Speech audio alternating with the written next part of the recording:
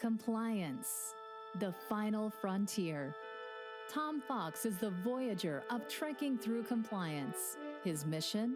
To explore the original series and seek out and share what it can teach you about compliance. Here's your host, Tom Fox. Hello, everyone. This is Tom Fox. I would like to welcome you to a special encore series of Trekking Through Compliance. This series will focus on the 2020 television show Picard. In this series, I'm joined by Megan Dougherty. Megan is co-founder and partner at One Stone Creative, a podcast production firm. Megan is a Star Trek aficionado, although a Voyager Star Trek aficionado. And as all of you listeners know, I'm an original series aficionado. Nevertheless, we both love Jean-Luc Picard, and we are going to explore the lessons learned and the shows and our love for Star Trek in the context of Picard. So sit back and enjoy this special presentation from Trekking Through Compliance. Hello, everyone. This is Tom Fox along with Megan Dougherty, back for another episode of Trekking Through Compliance, our series focusing on Picard. Today, we're going to take up episode 3, The End is the Beginning. In the episode, a flashback reveals how, in the aftermath of the synth attack on Mars, Picard demanded that Starfleet either agree to his evacuation plan or accept his resignation. Don't make promises you don't want. And, of course, they chose the latter, with Executive Officer Raffi, who suspected Romulan involvement in the attack, also being fired. In the present, Picard asks her for help, and she throws him out of her chateau. But she recommends a great pilot for the mission, one guy named Chris Rios, who you will love. Meanwhile, aboard the Borg cube, you get to see and hear Hugh, who you will remember from The Next Generation, being the former Borg drone. And he takes Soji to see a group of former drones who are Romulans. One of the reclaimed Romulans declares Soji to be the destroyer and then tries to kill herself. Soji uses her enhanced power and speed to stop her. Narek's sister shows up again and warns him not to get emotionally attached to Soji. Picard, Laris, and Zhaban are then attacked by Zhat Vash operatives in Picard's chateau, and I'm sure we'll go over this in just a fabulously choreographed fight scene. They kill all but one, who calls Soji the destroyer under interrogation, and then commits suicide, and in a way I'm not sure, but it appears he dissolved in a pool of acid. Dr. Jurati, who you remember from the Daystrom Institute, was approached by Commodore O, who demands to know what was said during Jurati's meeting with Picard. She decides to join Picard on his journey, joining him at the end of the fight at his chateau. They all board Rio's ship La Serena and find Raffi there, who directs them to Free Cloud, where they believe Bruce Maddox, the creator of the synths, is located. So, Megan, what I guess were your initial impressions of this episode? My first one was JL. How cute is JL for Picard? I love that a lot. I thought this was interesting. It's still, this whole episode really, and the previous two, it still really feels like, okay, we're getting set up, we're getting ready. It's been a lot of build, so I'm expecting next episode to be a lot more action, but it feels like it's still building. But they've got all the pieces in place now. And they've been doing a lot of character development, which is really great. So kind of seeing all of the, I guess this is really all the on-Earth stuff that we're going to be seeing is kind of happening now. So overall, I thought it was a lot more kind of foreshadowing and base building. Still very exciting. And then at the end, of course, was Engage, which was a wonderful moment, I think, for everyone when that happened. Everything old is new again. What about yourself? What were your first impressions or your takeaways from it? Well, I have to go to the fight scene, because as great as we thought the first fight scene was in the first episode, this one was just, I thought, outstanding. We once again had the senior action hero of Picard, But we also had his Romulan companions. I'm not sure servants is the right word. In my head, I've been calling them Romulan house elves, which I know is, I'm sure, not correct. But that is the term that comes to mind. It must be the ears. Yes, I think you're right. Nevertheless, the fight scene was just outstanding, and they showed themselves to be, it made me wonder if they were Tal Shiar at some point, because That's a really good point. yeah, he turned on some combat techniques that you and I probably did not learn in our podcasting careers. I mean, all the other ones definitely yes. Yeah. So I thought the fight scene was just great. I was a little confused by Jurati showing up at the end and her killing the last Romulan as he was about to shoot Picard. I didn't really, I wasn't sure that was a fair plot point just to have her plop down at the last minute without any foreshadowing that she was going to join Picard. And then, but of course, being the logical person I sometimes am, where did she get the gun? Because she just shows up. I mean, and even if she got there to go with Picard, where does she get the blaster to kill? Or I guess it was a phaser since it's Starfleet. Where did she get the phaser to kill the Romulan? And how did she know to set it on kill, not stun? All of those things, because she doesn't strike me as having received any military training at the Daystrom Institute. Yeah, but something that didn't occur, I watched this episode twice. Something that didn't occur to me the first time, because, she'd been visited by Commander O. She might be a plant. Commander O, we don't necessarily, she says she's there of her own volition and wants to fulfill her dream, but we don't know how that conversation went. She could have been sent there by someone who is in the know on what was going on, maybe provided the gun, or the phaser, and kind of sent to integrate herself into the mission to be a spy. I hope that's not true because I really like her character. But... So would she be sent by O or yet another group we're not aware of? If she was sent by anyone, I'd say it was probably O. But there it could be another group. In my heart, I hope that she's just there for the adventure and for the dream. But who knows? Maybe this was her ticket to get back into legitimate research. Maybe that was the trade-off. You spy on Picard, send us the details, bring us to the big bad, and we'll give you your research back. I didn't think she lost her research. I thought the entire death of the synths or the synthetic humans was what ended her research, that basically her field went away. So, yeah. But if anyone could give it back, Starfleet could. Well, maybe.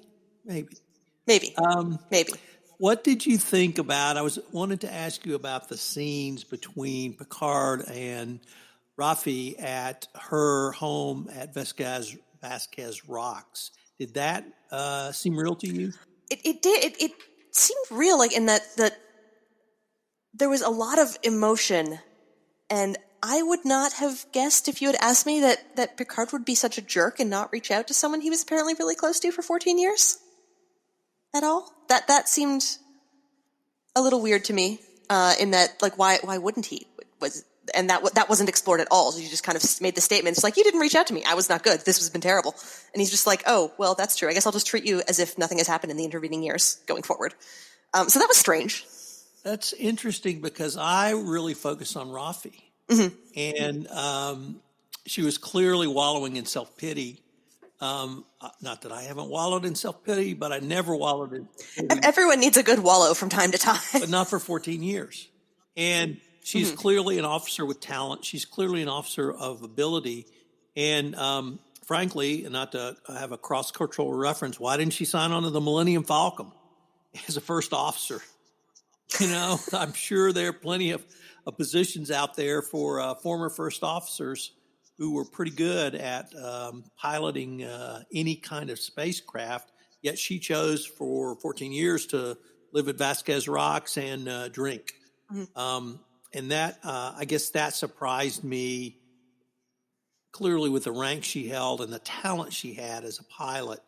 So I really focused on that. Your point, though, is absolutely correct. It is completely inconsistent with the Jean-Luc Picard that we both know to have left someone for any reason for that length of time. Although And perhaps to foreshadow, we find out that he's done that again. well, and that's kind of another thing we don't really know about that, because I was surprised in that flashback towards the beginning. And I know the Starfleet we're experiencing now is not the Starfleet, of previous series, but like firing the pilot because the admiral gave his resignation seems weirdly punitive in a way that just seemed way out of step. Like, why would she be fired because Picard made a stand? And and that indicated to me that they had a kind of closeness that was really beyond admiral, captain, or captain pilot, or captain crew member. That we talked last week about the mentor-mentee relationship. Perhaps she took a stand along with Picard about helping the Romulans, but I just wondered why she just left herself there in the desert to do nothing. When she obviously she might have been blacklisted, because she mentioned she lost her security clearance. Maybe the ramifications went further than that from Starfleet. well, perhaps she can't get off Because of the Romulan undercover cabal. Well, that's true, and but it's great to see someone seeing conspiracies, whether they exist or not. Okay, speaking of weird closeness, the Romulan siblings. Did their relationship seem a little weird to you? Oh yes, that was that was odd and slightly uncomfortable. very weird. Very weird. They are very close. Very close. Very close. Yeah, because I signed up for Star Trek, not another round of Game of Thrones. This was. Yes, but let's go to the scene where Soji goes to meet the former Romulan Borg captives. Yeah. I was really intrigued by that scene. What the woman who identifies her as the destroyer saw, I was with them up to that point. What I couldn't quite figure out was, why did she want to kill herself after having identified Soji as the destroyer? Any thoughts? My first thought with that was, if you kind of meet the harbinger of the apocalypse, get out early, get out clean. If this is like the sign, no, I'm serious. Like if it's going to go really south, if it's going totally pear-shaped, it's going to be awful. And you have met the destroyer, it's definitely going to happen. Okay, get out before it gets really bad. I think that is a rational choice for someone who genuinely believes in the end of the world to make. Are you suggesting Donald Trump is the Antichrist? No, I did not say that. But if the seas boil and the skies turn red, I may reevaluate that opinion. Okay, so she identifies her as the destroyer. Do you think that was a legitimate, gifted insight? Was it prophecy? Is it something that, does Soji have the scarlet D flashing on her head that only certain people can see? What did you think gave her that insight? I think it was the necklace. The necklace was clearly visible in the scene in that conversation. It was the one that Doge also had. And I think if Ramda, based on her previous work, was in on this kind of spiritual narrative framework, shared narrative framework, because she hates the word mythology. If she knew there were going to be two, if she knew they were going to be identified by that sign, the sign of the destroyers, that probably reached into a part of herself that she hadn't been able to access since before the Borg assimilated her. And that was another interesting point, right? How when they assimilated this particular group of Romulans, everything went wrong. The submatrix was disrupted and they were separated from the collective. So there's kind of that tie-in back to what we talked about in previous episodes with the super secret police, whose name I can't call to mind. Jacques Var? Vat Vash. So that's kind of a mythical, not quite verifiable part of their culture. Maybe these twin destroyers are as well, and now poor Ramda is having horrible flashbacks about what she has experienced and fear of the future. So what about Hugh? Have you had... What was your take on it? Actually, I felt it was more than gifted insight. I felt it was almost prophecy because of her reaction. And to your point, what do you do when the Antichrist is here? You leave. If the Antichrist is a synth for Romulans, then she was clearly able to, because of the trauma she has endured, to have that prophecy and make that clear connection. And then Soji, of course, is activated to her superhuman powers to prevent the suicide. And that seemed to me to be really a turning point for Narek, because now the secret was out. And I think anybody who was watching, and there's, I'm sure, some video of that's going to get out, it's going to identify her and put her at great peril, and leading Narek to have to make a decision going forward, whether he takes his sister along or not. Yeah, and then we learned a lot more about her as a synth as well, right? Because she had all this privileged information that she wouldn't have had as part of her normal human life. And then she calls her mom, or the mom bot, or the program, or Maddox, whoever it was that was plainly not actually a bio mother, who put her to sleep. That was very interesting. So did you, any leadership lessons that came up for you from either Picard, Hugh, or even Narek in this?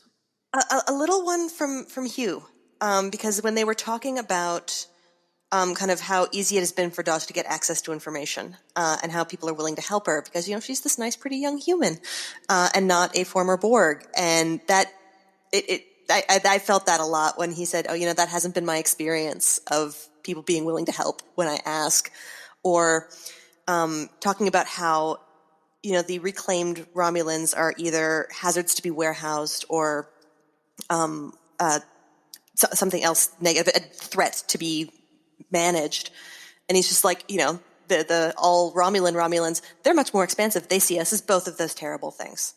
And it's just like, that's really depressing. And it made me think from a leadership perspective, who does have access? How do you make sure access is equitable? How do you make sure people are experiencing access is equitable? So I think those are,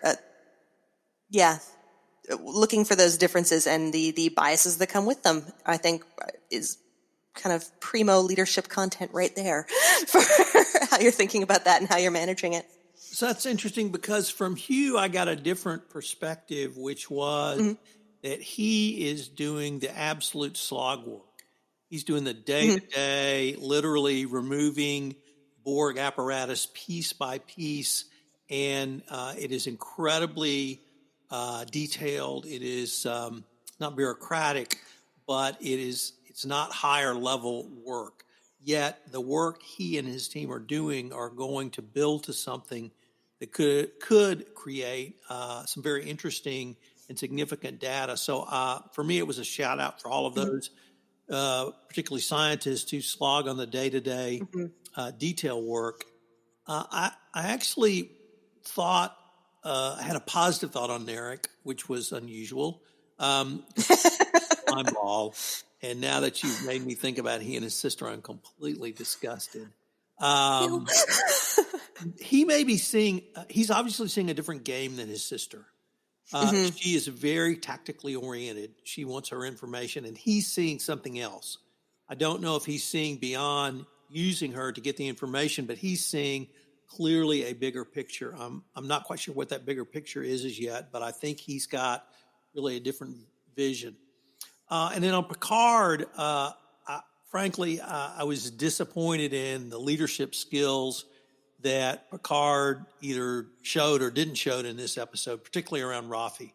And your point is spot on. Yeah. How could he let someone who was obviously very close to him, whatever that relationship was, wallow in self-pity for 15 years? But in terms of putting the crew together, it seemed like others did it for him. She suggested the pilot. She showed up. Jurati showed up.